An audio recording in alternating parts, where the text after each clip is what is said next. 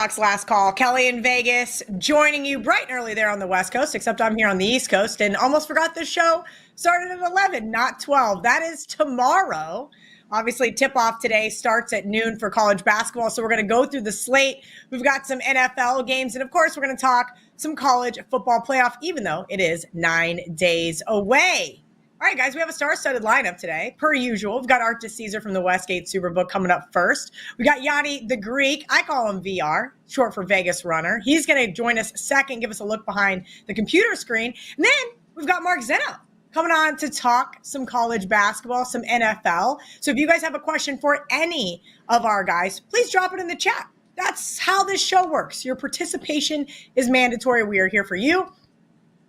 58 minutes until tip-off of the first college basketball games. If you guys have questions, we're going to give you the answers. If you guys don't have questions, I'm getting out of here because I'm going to be writing down those Westgate needs. Some of the stuff from VR, and of course, getting all of those last-minute bets from Mark Zinno. So jump in the comment section. Give us a like. Make sure you guys are subscribed. And my first question of the day was one I asked on Twitter. There was a debate this morning about whether or not you get up in the morning and you brush your teeth or you wait to brush your teeth until after you have coffee. So tell me in the comment section what you prefer to do. Today, I actually did both. I had a little coffee.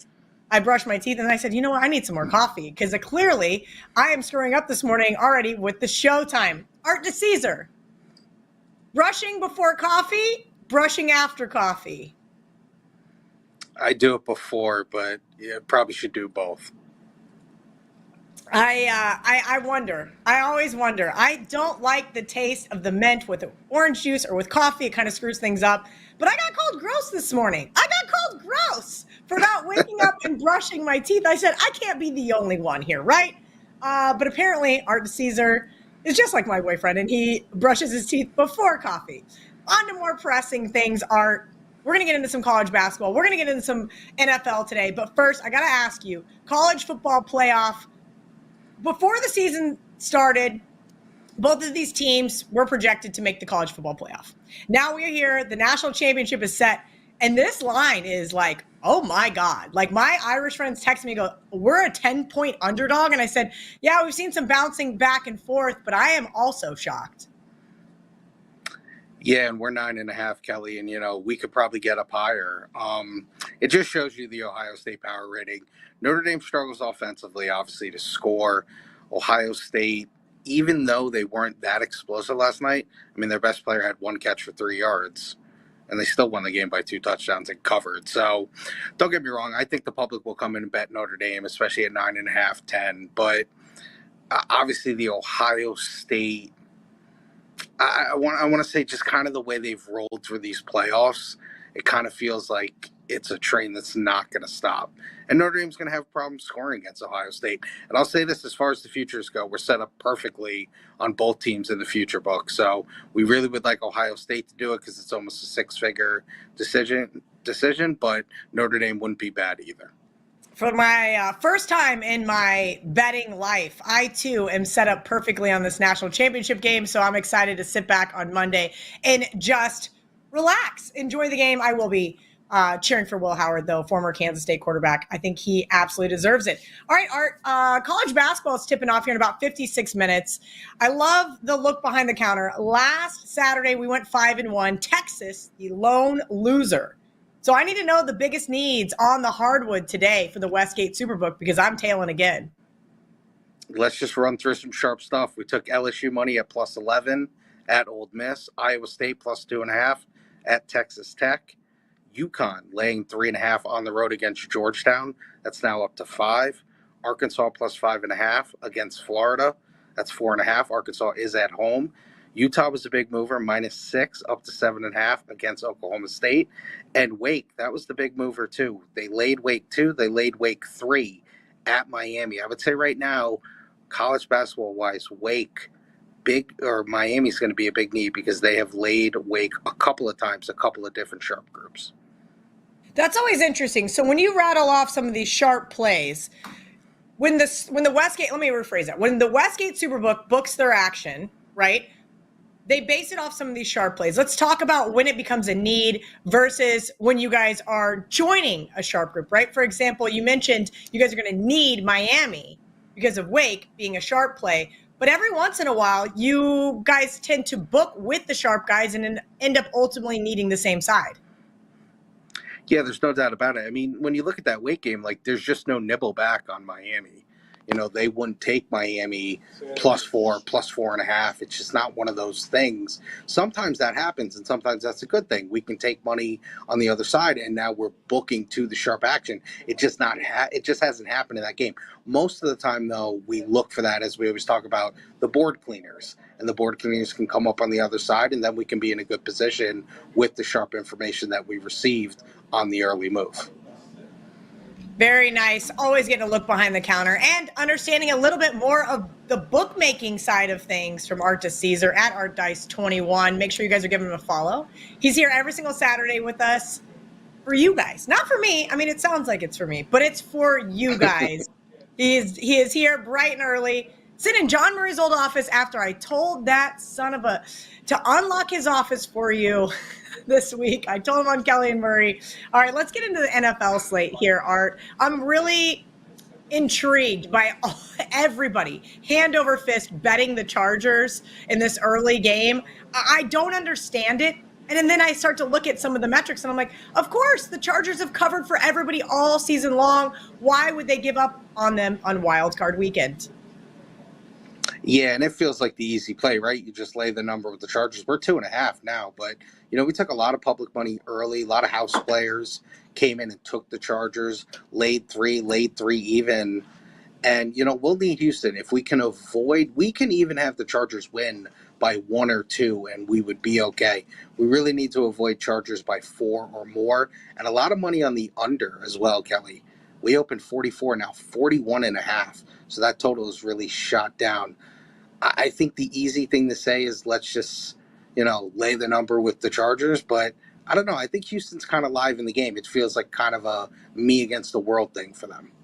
Oh, absolutely. And they're limping into the playoffs amongst other teams, most notably the Pittsburgh Steelers versus the Baltimore Ravens. I like the Ravens in the first half here. The Ravens have been a dominant first half team all season long. But the narrative is Mike Tomlin has their number winning 8 of the last 10 outright. They're a huge underdog. The whole world wanted to tease the Ravens, rightfully so. You guys are pretty much in a teaser protection right over there right now at the Westgate. Superbook 9.5. Talk to me about this AFC North matchup. Yeah, we're definitely in that, teaser protection zone, but we're not in the money line protection zone. There's a lot of Ohio State, Raven, Bill money line parlays. There's a lot of that going on. But, this is a funny game. When we're 9.5, they lay 9.5. We've seen sharps take 10 when we get to 10. So it's kind of bounced back and forth between that number. Total's gone down on this one as well. It was 45, now 43.5. The decision on this game really isn't crazy. It's not as big as the Charger need. That right now, the Charger game and the Viking game, the first and last games, are setting up to be the biggest need so far. Obviously, that can change, but this is kind of pretty good split action because, like I said, the laying of the 9.5 and the +10 that they will take with the Steelers, both sharp action. A common question here on Saturday's last call, because you probably give one out every single week on WagerTalk today. They want to know what your best bet is for today, whether it's on the hardwood, whether it is in the NFL. Talk to me. I mean, hey, we'd even take an NBA or a hockey play from you. Well, I'll say this. I'm still upset that Penn State didn't win. I felt that was one that I talked about on Wednesday. I loved Penn State. I thought they were going to win the game. Still feel they should have won the game, but give Notre Dame all the credit in the world. I think when I look at it, I've said this on all the shows this week, I like the Eagles. I know that game is tomorrow, but I think the Eagles are going to do their thing. I think they win by margin. I feel good about the Eagles on Sunday. Art likes the Eagles tomorrow, guys, at ArtDice21 on your X over there. Make sure you guys are giving him a follow. Art, anything you'd like to leave our audience with? Are you guys booking reduced juice throughout the playoffs? What's going on over there at the Superbook? Yeah, always reduced juice. And, we got a lot of stuff going on. And, don't forget, even our NBA, -109. Obviously the college game will have reduced juice. We'll probably have a 10-cent line on that as well. We do obviously a lot more with the props a lot more secondary markets, a lot more winning margins. So we like to add a lot more things when it comes to playoff time. So, always keep an eye out for all that stuff. Not only do they have reduced juice, they are my favorite sports book in Las Vegas. If you guys are going to Vegas and you've never been to the Westgate Superbook, you guys are missing out. Great booths, great screens, and best of all, it is smoke free. So definitely check that out next time you guys are in town. And go over and say hi to our friend Art and tell him a couple drinks on Kelly in Vegas. Art, thank you, and we will see you next week. Let's bring in VR, take some of these questions that are popping up in the chat. VR, let's get into kind of some of the same things we talked with Art about. But first, your steam room tomorrow is going to be free. Tell everybody what that is, what that's about, if they've never heard about it before. Yeah, I'm going to dive in there by about 8 a.m. Pacific time, 11 a.m. Eastern time. We're going to go through the NFL games, all of the props that come in, a lot of the time-sensitive information that I'm not able to release to subscribers, some of those team totals where the lines move significantly, and also all of the college basketball that continues to come in. We go over year-to-date results. We go over money management, how we're going to approach the rest of the year, bet sizing, and I'm there to answer every single question anyone has. And I wanted to make sure we kicked off this year by keep making it open to anyone. So please join us tomorrow. Oh, and real quick, head over to WagerTalk.com because I'm king of low volume this year, but I get a lot of information. So last night I got 5 Australian Open plays. I put them into the WagerTalk back end just for like a 1%, so my subscribers do get them because a lot of them do like tennis, but I put in most of them for free as well. So there'll be a ton of free information on my page at WagerTalk.com. That's premium stuff. Like right now, I think there's 3 or 4 Australian Open plays up there. We've done really well on that, those smaller markets, so you don't want to miss it. Check that out each and every day. I'll throw out a bunch of free stuff, even in college basketball, because again, I'm going low volume. So far, so good. Up for the year, but no reason to celebrate. We're only 10 days in, so. I love that, though. Starting off on a winning note, VR, you and I were chatting a little bit before we hopped on. You said, Kel, did you hedge any of your Ohio State future? I said, no, of course I didn't. My buddy who's a big Texas fan, I bet him a nickel just as a friend, and he was like, give me 6.5. I'm like, I'm not giving you 6.5. There's 5.5s available, but I did take the 6 with him, and I thought, hey, 14-14, I'll be lucky to cover this, and then, Texas does what Texas does. And they kind of beat themselves, whether it was with the play calling. There was some ref calls on both sides I thought was really interesting. But right now, I'm sitting in a really pretty position for the national championship. But you had Penn State. So let's talk about if a hypothetical situation. Let's say you had a Notre Dame ticket or you had an Ohio State ticket. Talk about hedging both of those because my DMs are filled. I've got one of my guys in the Calcutta. It's like, Kel, we're winning 17 grand if Notre Dame wins. And I'm like, well, I'm winning 15 if Ohio State wins. So I don't have good advice for you. But here's what I would have done. Now that's a little late. I said he should open up an Ohio State moneyline parlay for both. Get close to minus 115, minus 120 at best. Would be better than the money line. He did not do that. So if you had an Ohio State ticket right now, would you just sit back, relax, and say, you know what, I made a great bet? Or would you look to put a little bit on Notre Dame and then give me the inverse? If you got a Notre Dame ticket right now, what are you doing?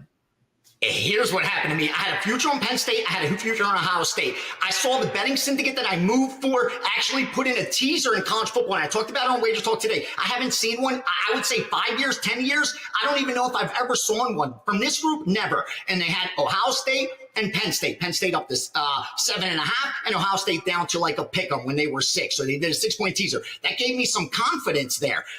I didn't hedge the Ohio State versus Notre Dame side. The Penn State side, they lost. So that left me now on an Ohio State only ticket for the future. I hedged it yesterday, even knowing that the sharp money did like Ohio State, because I just got worried because I thought the recency bias, the power ratings showed differently. And I said, this is just too good of a bet to lose both Ohio State and Penn State. So I hedged, unfortunately, and lost some money last night on that hedge. But I got enough on Ohio State, enough equity that it was long-term was the right thing to do. Bottom line is this. Until this morning, I didn't think I was going to do anything. I promise you, I looked into the back end of one account. They didn't move it with me, but they took Notre Dame plus 9.5, and they took Notre Dame plus 355, I think, on the money line. So that I'm probably going to hedge my Ohio State ticket I'm hoping to get plus 10 and to actually catch lightning in a bottle this time. I missed it with Ohio State. I hate when I hedge and I lose. But 10-point middle, it's almost impossible for me not to do it. It's like I got to practice what I preach. And with that big of a middle, I can't let my opinion let me leave that money on the table. So I'll probably have a Notre Dame plus 10 ticket in my pocket for a decent hedge. I think that's a decent hedge, absolutely. And maybe I'll look into that as well, because that is a really sizable middle for myself. Yep. We'll see. We got a few days. But if you're holding a Notre Dame ticket in your pocket, or like my buddy's got, the Calcutta with Notre Dame.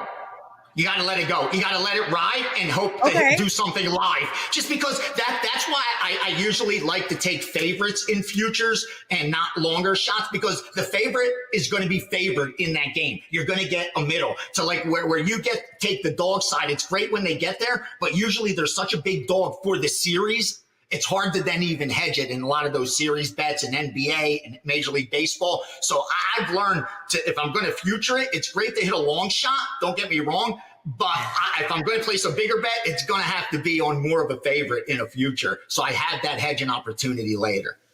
Absolutely. Great advice from VR. VR, let's get into some of this gold that you bring us every single week on Bet On It. We've got a bunch of great college basketball games today. We also have 2 NFL wildcard games. We'll get into the Sunday games tomorrow with you in between your Steam Room segment. So let's just go over the 2 NFL games, some college basketball. You already mentioned you saw a sharp group play Notre Dame plus 10 in the college football playoff. So I'm just going to take the training wheels off the bike and just let you ride. All right, here's what we got in the NFL. Obviously, the recreational bettors do not care about the practice being maybe a little thrown off for the Chargers. The sad thing that's happening over there in California, they're overlooking that it's their 3rd straight road game, and they're continuing to take the Chargers. The reason that there's 2.5 is some of the sharp shops is because Wise Guys did come in and take the Texans at plus 3. They also bet the game under at about 44. When that moved quickly, they also came in and hit the under in the first half. I worked with that group that did hit that under in that first half. We wiped out every 21 that was still available up until like 24, 48 hours ago. That's why you're looking at that 20 now. So there's short money on both the under for the game and under for the first half, as well as the Texans. In that second game, the only stuff I saw in the accounts was the under immediately got bet. Under 46, under 45.5, and under 44. That's where they stopped. And we were looking at 43, 43.5 for a little bit. But as I touched on throughout WagerTalk today, the public has not spoken. They will be betting on game day. And that's why we're seeing this total now climb a little bit higher, because they're starting to get to the window. And the bias of those bettors tends to be favorites and over. As far as the side on Pittsburgh and Baltimore, I got a future on Baltimore. I may take a little shot on Pittsburgh only because I've seen any 10s get picked off. Any 10s that have been up there got picked off by one of the groups. So they're definitely looking at double-digit dog for the Steelers.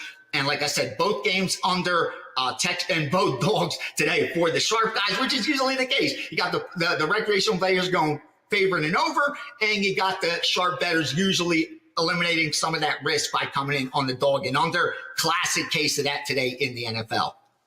All right, let's talk some teasers really quick before we get into college basketball. So looks like Texans. I got the odds logic screen open. Lots of 2.5s, which means that they are teasable, longable. Now, we've talked about this before. You really have stuck to true closing line value this year in the NFL, and it has worked out really well. Every early teaser I bet this year, I have almost surely regretted it come Sunday. And almost every single one, and every single time I'm like, VR pretty much has been telling me not to do this. So here's my question. Do I do a Texans open teaser and just put the Texans in and wait for tomorrow? Or is it soon enough to say, all right, the Bills fit this narrative, the Rams fit this narrative? I love that question, Kelly, and thank you. The reason I stopped wonging everything as well as soon as the lines open is I just got tired of losing those early ones also, and more importantly, having so many of them. Like, I had more teasers by the end of the week than I really was comfortable with, because, if the line move was there for an hour, I locked it in, and I realized, dude, that's just not the way to do it. I got more discipline. It worked out well for me. Playoffs, though, is a little bit different. By this time of the year, we need to feel that these lines are extremely efficient. Now, obviously, they're going to be shaded towards some biases, but they're efficient enough. We know about injuries. We know about most of the situation a little earlier. Now, obviously, weather is another condition that we find out later, but that's going to affect the total more than anything else. I locked one in immediately. I'll tell you now. I took Houston and I locked it in with the Rams. In one of my books, it just now shows an open end teaser. So I guess they crossed out my Rams teaser at +8.5, and I now have to pick another side. I would do that. If you have the option to open end tease, I would definitely use Houston on a teaser. You got a low total. You got a home team going up through 3 and 7. I mean, it's a good spot to throw in that teaser. The other thing that's available for you, again, is that Rams, another home team, now a neutral field, but going up through 3 and 7. But you don't have to lock that in yet. If you have the option to open and teaser, don't do it. Because if this line gets to 3 on Monday across the board, it's not necessary to do the teaser. If you like the Rams, then you take the Rams at +3. You don't need those extra 4 points. It's not going to help you because you're not really wanging anything. That's how I would approach it. But like I said, I already had my teaser in, and now I have a one-legged anyway with the Houston Texans. I haven't put in the Rams again. I probably will, though. I like that side. Love it. I do as well. I did put that in last night. You're going to laugh. Don't laugh. We had talked about it last week on the show, and I said, you know what? I don't want to take Ohio State money line. I don't want to lay the 6, and so I did a open-ended teaser. Good for you. Good for you. The Rams, which makes me sound like a really awful hypocrite. No. Sometimes you got to do it. It's just, the long-term effects of doing some things. But in the short term, Kel, we know sometimes you got to break some rules, and if it turns out well, good for you. It did. I think I was a product of good luck because I just needed Ohio State to win that game for a magnitude of reasons. All right, let's get into some college basketball. If you guys have any questions for VR, drop them in the chat. Mark Zinno is also going to be joining us right after. He's going to be doing some NFL questions as well as some college basketball. So VR, give me some of those team totals and all the other fun stuff that you get that really are very extra sharp, right? Like they're just what they are. You can't release them to your subscribers. They move too fast, that kind of stuff. It's why people are here waiting patiently. All right, here we go. I just checked to see just in case anything else come in. I log in about 15 minutes early. You could ask Kelly because I want to see what Art DiCesare says. Anybody with that much information at their fingertips, you'd be a fool not to want to know. And here's 3 of those 6 games he gave out. We actually bet as well. 759 LSU +11.5 and +11. 653 UConn -3 and 3.5. And then the Wake Forest, like he said, 743. Multiple groups hit that one at -2, 2.5, and 3.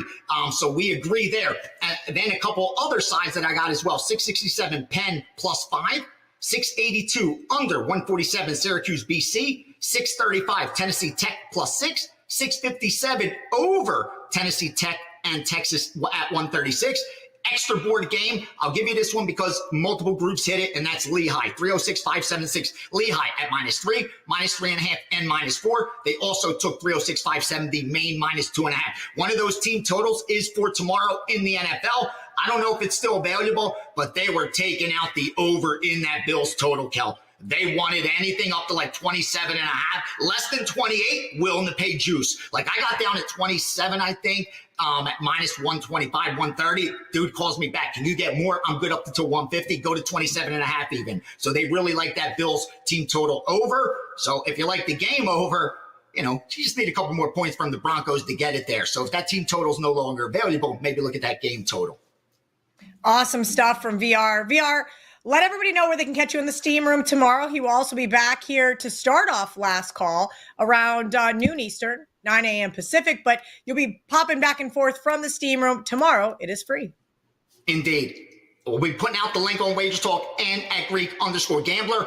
Also, check out also on Instagram, TikTok, all that stuff. Putting out a lot of content, a lot of even content's giving away free money because I love you guys. Love the support. 5% going today in NFL and UFC returns. Got a beautiful package up and already a 5% for next week's pay-per-view. So a lot of good things ahead for 2025. Wish you guys all the best of luck today, tomorrow, and the rest of the year. God bless you and yours, baby. Thanks for having me on again, Kelly. I'll see you tomorrow. Absolutely. We'll see VR tomorrow. Let's cash him. Don't trash him in the meantime, as he likes to say. Speaking of cashing and not trashing, the difference between a half a point could get you a win or it could get you a loss. And that's why you need to be utilizing an odds screen right now, oddslogic.com/KellyInVegas. You are going to get a premium odds service for free for the next 30 days. That takes you through the Super Bowl, guys. You're going to get live. You're going to get breaking injury alerts. You are going to get the fastest updates.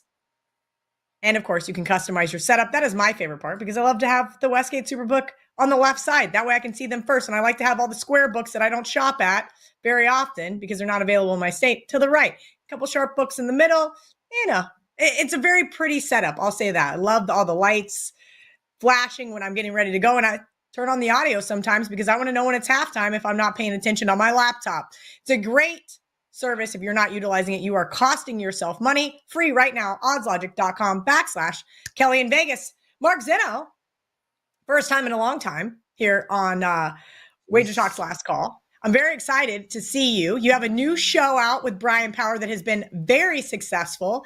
How are you doing up there in the frozen tundra of Atlanta? Yeah, freaking three inches of snow. And my kids are pissed because I don't have snow boots and snow gloves. I'm like, it snows once every 8 years here. The hell do I need gloves and boots for? So, yeah, it was you could tell I was the only guy in my neighborhood who lived in the Northeast because I went outside and shoveled my entire driveway and my neighbor's driveway because they're old and the people next door driveway. So I was outside lifting up snow yesterday. So I was doing my good Samaritan work. Hopefully you only did that for the workout. I know that. You're like, all right, this is going to be my pre-workout before my workout. I'm going to shovel some snow, get the blood pumping. I used some muscles yesterday I hadn't used in a while. I'm like, oh, I got up. I was like, oh, my back's a little bit tighter than I thought it was going to be. Anyway, so yeah, but it's nice. It's freezing out here. This was not in the brochure, so I'm kind of pissed. No, it's not in the brochure here in South Florida either. I am freezing my ass off as well, and there is no sunshine in the Sunshine State. I'd like to file a formal complaint. All right, guys, Mark Zinno comes on, joins us because he's sitting on the leaderboard here in college basketball, doing very well in NFL as well. Mark, here's kind of the way this works. These guys are going to ask us questions. We're going to give them answers. If you don't have an answer, we're going to figure it out. All right, Titan CT up first wants to talk some college basketball. And this is one that Art said that a lot of sharp groups laid 3.5 here with UConn. Let's talk about this UConn Georgetown game. This was not a game that I had pulled up. I've been dead wrong about UConn, what feels like for basically the last 2 years, Mark. And that's where it gets a little dicey for me is trying to decide when this team is going to show up. Because I know with Dan Hurley's squad and that offense, you're always paying a premium. They're off a loss on the road to Villanova. How do they respond? Staying on the road at Georgetown. All right, well, this is more of a Georgetown angle. And if you've followed me here, and I gave this out as a free play the other night against Marquette, I took Georgetown in the first half because, look, Ed Cooley has transformed this squad, right? They're better defensively, they're better offensively, and they are much better than they were last year. That said, it's still a young team that hasn't figured out how to finish games and how to close games. So Marquette was laying, I think it was 8 or 9, or it was double digits on the other night. And I took Georgetown in the first half. They were leading at the first half. You know what happened, Kelly? They ended up blowing the game and losing by 8. They got outscored in the second half 45-28 after a 9-point lead at halftime. And I would not play Georgetown the full game here. If you'd like to roll with Georgetown, maybe plus the 2 or even money line in the first half that they can keep this thing tight, fine. But this is way too short of a number for a team that's just inexperienced. You get UConn coming off a very tough road loss to Villanova. I don't know that I would want to go against UConn in this spot against that number. Now, some people may look at it and go, well, the number is short for a reason. Yeah, I agree. The number is short for a reason. But Georgetown hasn't earned my trust yet enough against teams where it's a step up in class, the bigger teams within their conference, that I can play on them in these spots at shorter numbers. So for me, it'd be UConn or pass for the game. Maybe you look at Georgetown in the first half, maybe first half money line if you're getting some plus money there, which I think you will be. That's the way I would kind of cut this game. All right, we've got about 30 minutes until tip, guys, and we'll take you all the way there if you have questions. If you don't, I'm getting the hell out of here, and I'm going to get some of these last-minute bets in. So drop them in your perspective chat. We are live on X. We are live on TikTok. We are live on Instagram. And, of course, we are live on the WagerTalk YouTube channel. Mark, speaking of YouTube, talk to me about the new show with Brian Power. You guys get up bright and early, 5 days a week. It's funny. I enjoy it. I get a few belly laughs. We all love BP, but you're the more serious one on the show. Oh, really? Because is that really? I don't think that's the comment section. Brian just sort of tolerates me for the better part of 20 to 25 minutes every morning as I berate him and make fun of him and myself at the same time. Look, BP and I kind of hold to a very simple maxim here: hand out more winners than losers, which is what we do. Give out good information and have a little fun with you guys, and that's all part of it. So every day, Monday through Friday, the morning wager will pop up sometime around 10 o'clock. But we get up nice, bright and early, and try to give you guys the best set of information we can for the day. And we love the comments. The comment section is very full with very avid listeners and viewers. So we appreciate you guys joining us every day. Yes, we appreciate all of you guys hanging out with us here. Let's talk about my game here. Look, Kansas State has had we'll call it a rough year, right? For all of the talent in the world, this team has had some real struggles, particularly on the road. Now, they did cover against TCU and then just simultaneously got blown out in Stillwater there.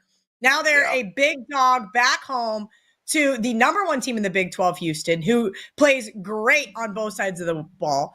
Kelvin Sampson has one of the slowest tempos in college basketball, just absolutely smothering. And if Houston gets hot from three, this one could get ugly. Now, I'll say this. K-State, if it comes down to free throws, it could also get ugly in terms of covering. I don't think K-State has a shot or a snowball's chance in hell to win this game, but break down this game for me from the K-State fan perspective. What should I expect? Well, you would have to hope that K-State can hang with them early, right? It's the old adage of what I always tell people: if they're not covering early, they're not covering late. It would have to be a game where Houston obviously would have to miss shots. If I was K-State, I would try to push the tempo here and try to get up and down as quick as I can and try to get Houston uncomfortable. You're not going to outsize Houston, right? Especially inside, because they're that big. And so when I look at this game, I would have to hope that Houston isn't shooting the best that they are, and Kansas State could take advantage here. And that's really, really the issue, because I think from the rebounding perspective, the Houston offense, top 20 in offensive rebound percentage in the country. So K-State's going to have a hard time, trying to avoid those second chances. But like you said, the free throw thing is really disconcerting for Kansas State. And when you're in the situation here, Kelly, where it's, a 10-point game at the end of the game, and you're going to the free throw line for Kansas State, hoping they can make these things to stay within inside a number and dribble this thing out, it's not really good. Plus, Houston makes a ton of threes, and K-State doesn't defend it all that well. And that really is where this thing happens. You have to hope that Houston is off and shooting, and that K-State can keep it close early. Again, I would maybe cut it in half and see if they can do it in the first half, because my feeling is, like, if Houston is up by 8 at half, do you really see a game script where K-State just all of a sudden charges back against a Houston defense that's really competent, number 2 in Ken Palm in adjusted defensive efficiency? Like, they're going to come charging back? No, I don't see that happening. So not covering early, probably not covering late. Nope, you're absolutely right. That is a play. If I was to look at Kansas State, it would only be in the first half. All right, guys, don't forget we're taking questions from TikTok and Instagram and, of course, X as well. Really quick. Look at the Frenchie. We're going to get into a Instagram question that's been waiting for us for a few minutes, but I got a little selfish there and had to ask my team first. Florida, my national champion. I got a nice little ticket there on this team at the Westgate Super bookmark. They look pretty good right now. Not going to lie.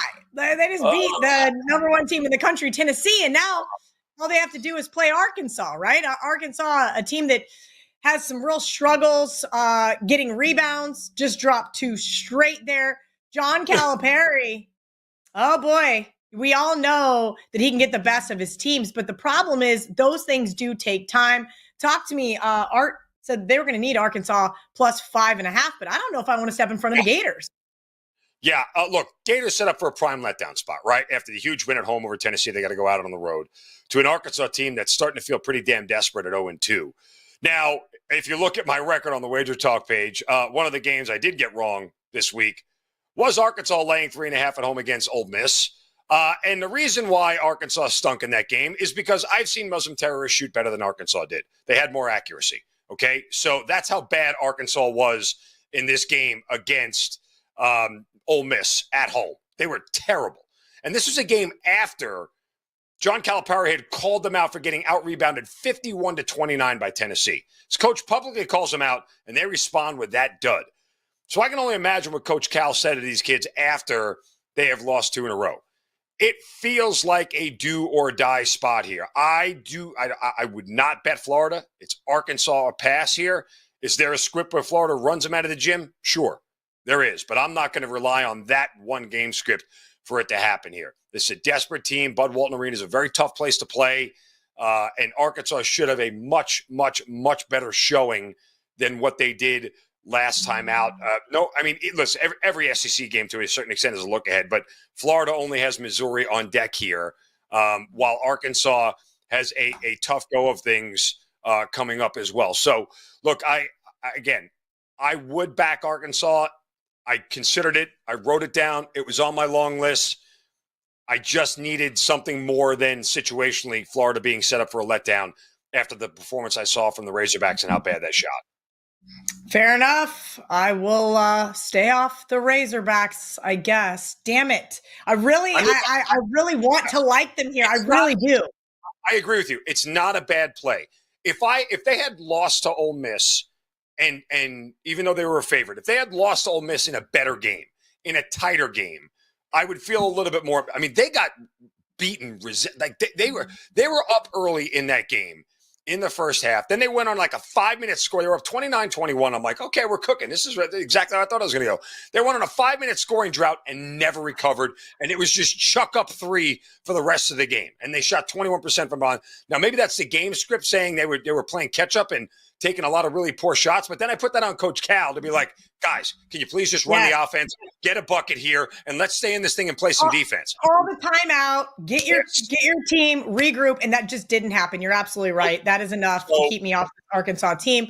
Let's move over to the Big Ten. We have a question here on YouTube about Illinois USC. Brad Underwood's squad poised to make a run late. Have an interesting loss there to Tennessee. They're at home back in December, but they've rattled off 5 straight since. Now they're going to be at home against a USC team that I think is nothing to write home about, right?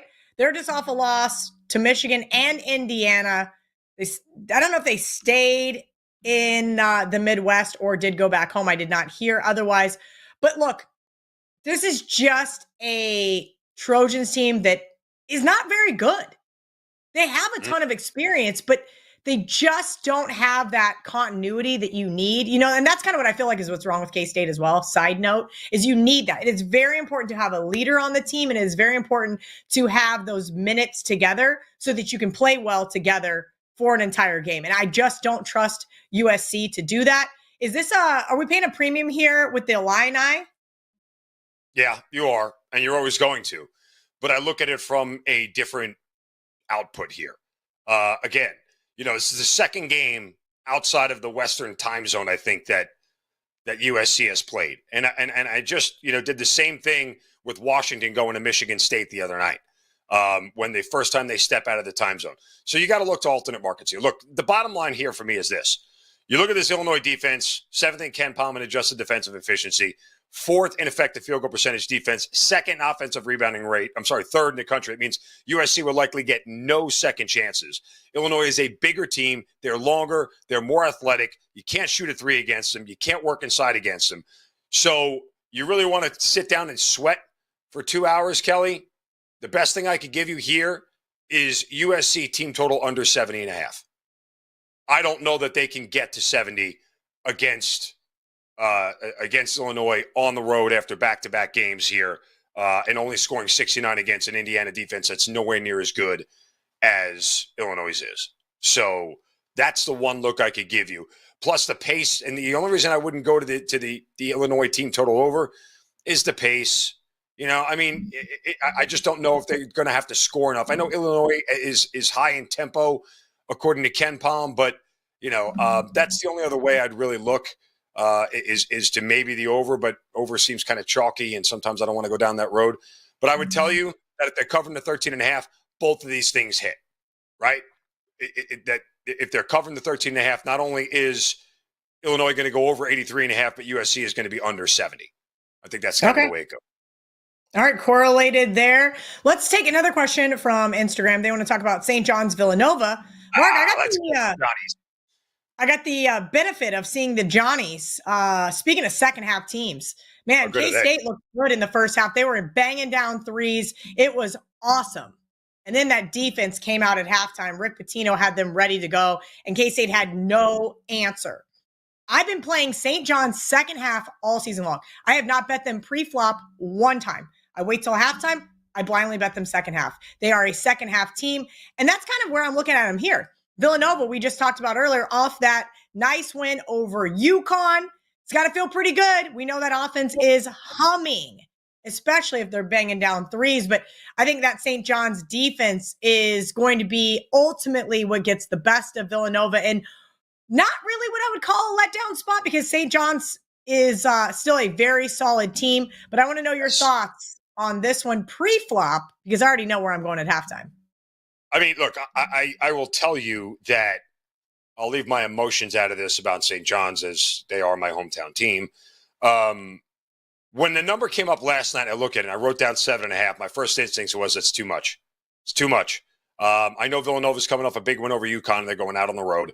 But I don't know that St. John's can cover this number. This Villanova team, I think, is a little bit underrated, particularly offensively. I think we're used to, we kind of think of these Villanova teams, Kelly, like the Jay Wright Villanova teams that were very good defensively and very sound and didn't, turn the ball over, and the pace was a little bit slow. This is a little bit different of a Villanova team right now. They can get out and score. I mean, they average nearly 80 a game, which is not something they ever did during the Jay Wright era.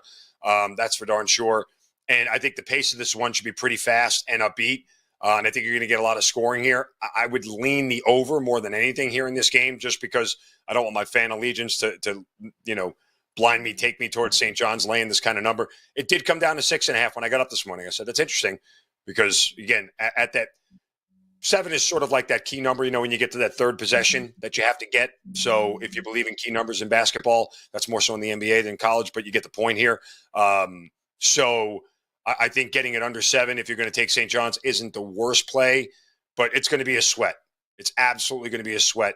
And when I look at this game and the way it breaks down here, the biggest problem is St. John's on the free throw line, guys, 284th in the country. What is Villanova? 13th in the nation. And that's a big thing to do when you're bordering on that second possession to a third possession kind of game. That's really what kind of keeps me off laying the number with St. John's here. So it's Villanova for the full game or pass, and I definitely lean the over. All right, let's take, we got a few more questions piling up. If you guys have a question, get it in. Otherwise, we're getting the hell out of here. We got 17 minutes until college basketball starts tipping off. Cincinnati is a question here in the chat. They are playing the University of Kansas, and then we'll get to a couple of SEC questions. I just got one text to me as well. Let's see. Cincinnati's dropped 3 straight. They lost to my Kansas State Wildcats. They lost to Arizona at home, and then they just lost in an ugly game. They just got blown out in Waco. Now they're back home. That defense, is it fraudulent, Mark, or is it the real deal, and they're just going through a rough patch? Well, here's the rub on Cincinnati and Kansas here. As you mentioned, this is a desperate Cincinnati squad at this point in time after losing 3 straight. In a game, especially the one against Arizona at home, they probably shouldn't have lost. I played Baylor against them, and it was an easy cash. I just thought situationally it was, Baylor at home was not going to blow that game, even though that number was a lot shorter than some people thought it should have been. It is highly interesting that we have that situation of an unranked home favorite versus a ranked team on the road, which has been very profitable in years past, not so much last year, but, still a profitable system overall. I try not to ignore red flags. Unlike my marriage, I try not to ignore all the signs and signals that something is out of place. So when I see Cincinnati as a favorite in this spot, it gives me pause. I just don't trust this Cincinnati team. I don't trust them offensively.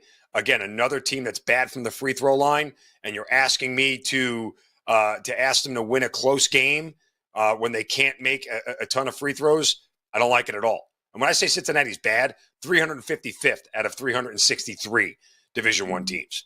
It's not a good matchup for Cincinnati here. I get that they're a favorite. I think the line is wrong. I genuinely think the line is wrong. And as good as Cincinnati's defense is here, I do not trust their offense against this Kansas team. That again, Kansas typically is a team that would play with pace, but Cincinnati is a team that doesn't. And so I have a lot of concerns about the way this matchup sets up for me. It would be Kansas or pass here, as desperate as Cincinnati is. Here's the other thing to consider, Kelly. Cincinnati may just be bad. Like, it's okay for them to be bad and not as good as we thought they were. So that may be part of what I'm thinking here.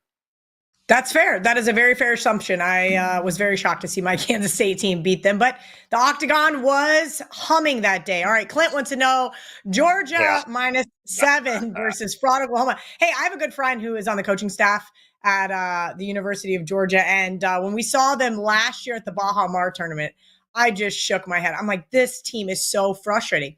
This team is a lot better than just 1 year ago. Talk to me about, you're close enough to hometown team. I know you said you were a St. John's fan growing up, but you're not far from Athens there. And an Oklahoma team that, can take advantage of the turnovers that Georgia will cause.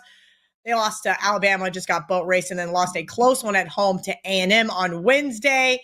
Like I said, Georgia looking pretty good outside that Ole Miss and Marquette loss this year. Mike White has this team playing really solid defense, and we know they play really great three-point defense, which is basically how I see Oklahoma winning this basketball game if they were to do so. But I think Clint is right. This is a very fraudulent team. Yeah, listen, Oklahoma is not one of the top 25 teams in the country. I think it's fair to say. They're certainly not 17th. So there is that. And the biggest improvement for Georgia is their defense. Last year, they had no problem getting up and down and running and scoring. That's what they did. They just couldn't stop anybody. I think there was a game they played last year where both teams scored over 100 in regulation against Florida, if I remember it correctly. Regardless, this is a Georgia defense that's a lot better. I think they proved that against Kentucky. What's the letdown spot here for UGA after that big home win? And, oh, by the way, Georgia's got a date with number 1 Tennessee on deck at Tennessee next Wednesday. So, look, every spot in the SEC generally is a look-ahead spot. So, it's hard to just, use that as a handicap in the SEC because you're typically playing somebody bigger and better than you are next up regardless. I'm not laying 6.5 with Georgia at home. I'm not ready to do it. I am also not confident in the Sooners. So, I probably would tell you just to pass. If you put a gun to my head, I'd take Georgia first half.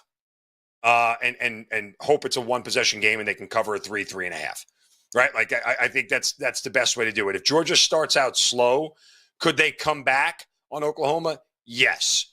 But this is still an Oklahoma team that shoots the three pretty well. And that's the ultimate equalizer here, especially when Georgia's trying to play catch-up.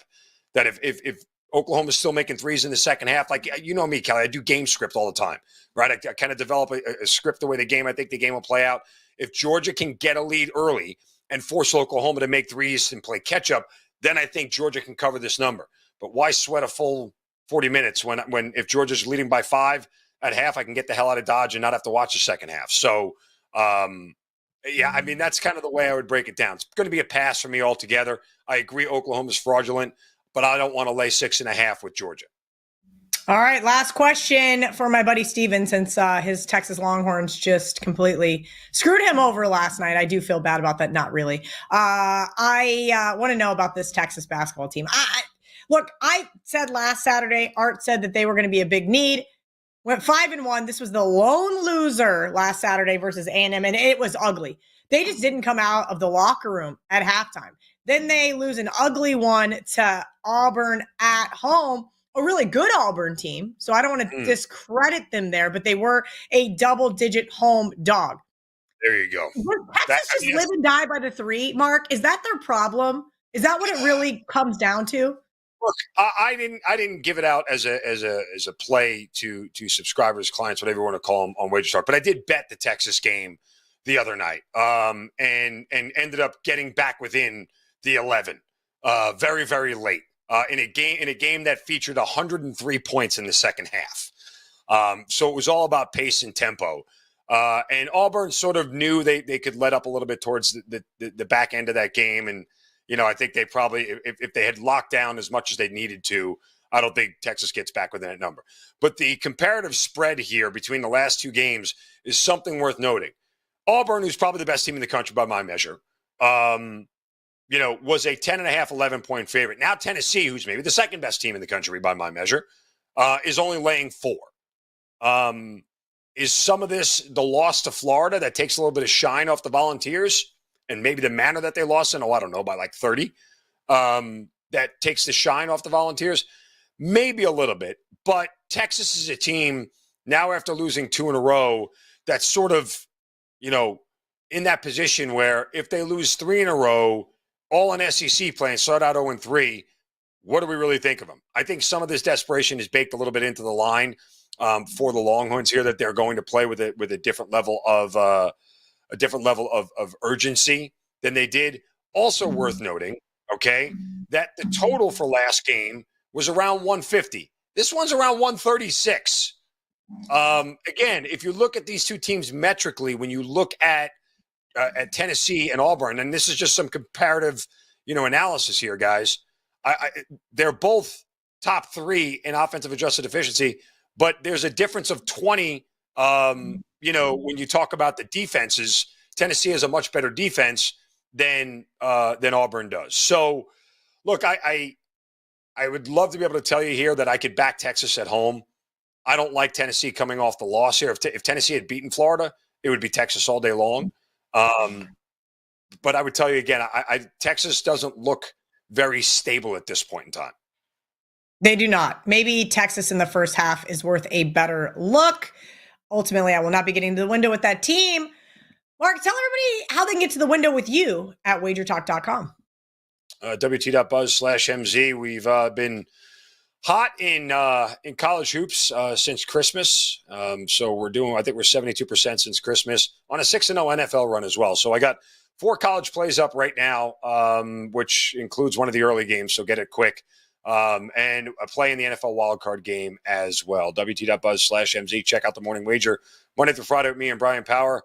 And you'll have a little laughs and get a lot of good info. So check it out. I'm going to put you on the spot because we have a few minutes. And I'm feeling like in a charitable mood. So because you have one game that goes off early, I'm assuming in about 7 minutes, why don't you give it out to the guys and gals, of course, that have been hanging out with us for the last hour. Drop it right here. And also let everybody know about the NFL playoff special. Right now, you guys can get your favorite experts playoff picks for only $149. Yeah, I know. That's already a steal. You get 25% off at checkout with code PLAYOFFS right now over at WagerTalk.com. That's anybody, including Mark Zinno. But Mark Zinno is going to give us his early play right now here on Wager Talk's Last Call. Kudos to him for crushing it. That's why he gets the coveted seat to answer all of your questions. We're gonna back Texas Tech here against Iowa State. Second time this year that Iowa State's been a dog. The only other time was against Auburn. Just the third true road game for the Cyclones here. First 2 against much inferior competition in Iowa and Colorado. And again, we got that same spot. The unranked home favorite laying points to a ranked dog. So Texas Tech should have no problem making 3-pointers against an ISU team that doesn't defend the 3 very well. Red Raiders probably should be a ranked team by my opinion. And I think they're good enough to steal a win here. So give me Texas Tech minus the 3 today against Iowa State. Yeah, still some 2.5s available there on the odds logic screen. And that one goes off at 2 Eastern, guys. So you have a little bit of time. You're welcome. Last call, the gift that keeps on giving. Make sure you guys check out Mark's content on the Wager Talk YouTube channel with our good friend Brian Power called The Morning Wager. And appreciate him coming on today, hanging out with us, answering all of your college basketball questions. Zinno, you are the best. Keep that hot streak going. Also, thanks to Art DiCesare from the Westgate Superbook. And of course, VR, who joins us every single Saturday and Sunday as well to give you a look behind that computer screen. We love you guys. We'll see you back here tomorrow, 12 Eastern, 9 a.m. Pacific on Wager Talk's Last Call.